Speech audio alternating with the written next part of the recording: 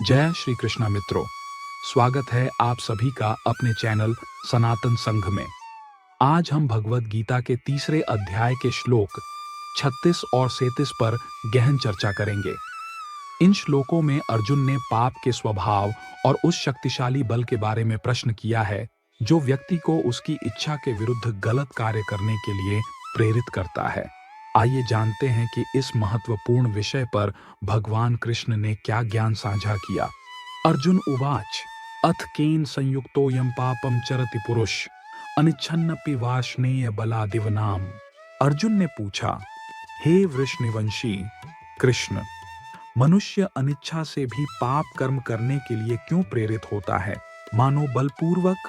श्री कृष्ण ने पिछले श्लोक में कहा है कि व्यक्ति को राग और द्वेष के प्रभाव में नहीं आना चाहिए। अर्जुन ऐसा दिव्य जीवन जीना चाहता है, लेकिन उसे इस सलाह को लागू करना कठिन लगता है।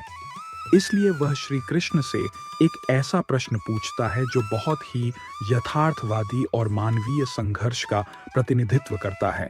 वे कहते हैं, कौन सी शक्ति हमें इस उच्च आदर्श तक पहुंचने से रोकती है? कौन सी शक्ति हमें राग और द्वेष के वशीभूत कर देती है? हम सभी के पास एक विवेक है जो हमें पाप करते समय पश्चाताप का अनुभव कराता है।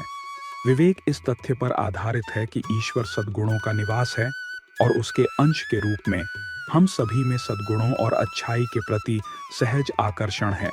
आत्मा का स्वभाव जो अच्छाई है, वह विवेक की आवाज को जन्म देती है। इसलिए हम यह बहाना नहीं बना सकते कि हमें नहीं पता था कि चोरी, ठगी, मानहानि, जबरन वसूली, हत्या, उत्पीड़न और भ्रष्टाचार पाप हैं। हम सहज रूप से जानते हैं कि ये कर्म पाप हैं और फिर भी हम ऐसे कार्य करते हैं जैसे कि कोई मजबूत शक्ति उन्हें करने के लिए प्रेरित करती है। अर्जुन जानना चाहता है कि वह मजबूत शक्ति क्या है। भगवान श्री उवाच काम एष क्रोध एष रजो गुण समुद्भव महाशनो महापापमा विद्येन मिह वैरिणम। भगवान ने कहा, यह केवल काम ही है जो रजोगुण के संपर्क से उत्पन्न होता है और बाद में क्रोध में परिवर्तित हो जाता है। इसे संसार में पापी सर्वभक्षी शत्रु जानो। वेदों में काम शब्द का प्रयोग केवल यौन इच्छाओं के लिए ही नहीं किया गया है, बल्कि इसमें स्वयं की शारीरिक अवधारणा पर आधारित भौतिक भोग की सभी इच्छाएं भी शामिल हैं। इस प्रकार वासना कई तरीकों से खुद को प्रकट करती है। धन की लालसा, शारीरिक लालसा, प्रतिष्ठा की लालसा, सत्ता की चाहत आदि। यह वासना ईश्वर के प्रति प्रेम का एक विकृत प्रतिबिंब मात्र है, जो प्रत्येक जीव का अंतर्निहित स्वभाव है। जब आत्मा शरीर के रूप में भौतिक ऊर्जा के साथ जुड़ती है, तो ईश्वर के प्रति उसका दिव्य प्रेम वासना में बदल जाता है, जो वासना के गुण के साथ जुड़ जाता है।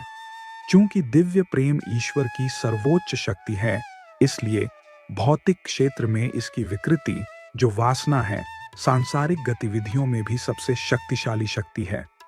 श्री कृष्ण सांसारिक भोगों की इस वासना को पाप का कारण मानते हैं, जो हमारे भीतर बैठा एक घातक आकर्षण है। वासना का गुण आत्मा को यह विश्वास दिला देता है कि सांसारिक वस्तुएं संतुष्टि प्रदान करेंगी और इसलिए व्यक्ति उन्हें प्राप्त करने के लिए इच्छाएं पैदा करता है। जब इच्छा पूरी हो जाती है तो यह लालच को जन्म देती है। जब यह पूरी नहीं होती तो यह क्रोध को जन्म देती है। व्यक्ति इन तीनों वासना, लालच और क्रोध के प्रभाव में आकर पाप करता है। लालच और कुछ नहीं बल्कि तीव्र इच्छा है, जबकि क्रोध कुंठित इच्छा है। इसलिए श्री कृष्ण वासना या इच्छा को सभी बुराइयों की जड़ बताते हैं। भगवद गीता के तीसरे अध्याय के इन दोनों श्लोकों की शिक्षाओं का अनुसंधान करने के लिए सनातन संघ पर हमारे साथ जुड़ने के लिए धन्यवाद। हमें उम्मीद है कि इस चर्चा से आपको हमारे कार्यों को प्रभावित करने वाली शक्तियों और भगवान कृष्ण की दिव्य शिक्षाओं को गहराई से समझने में मदद मिली होगी। यदि आपको यह वीडियो ज्ञानवर्धक लगा तो कृपया इसे लाइक, शेयर और हमारे चैनल को सब्सक्राइब करें। अब मिलते हैं अपने अगले वीडियो में कुछ नए श्लोक के साथ। तब तक के लिए जय श्री कृष्णा।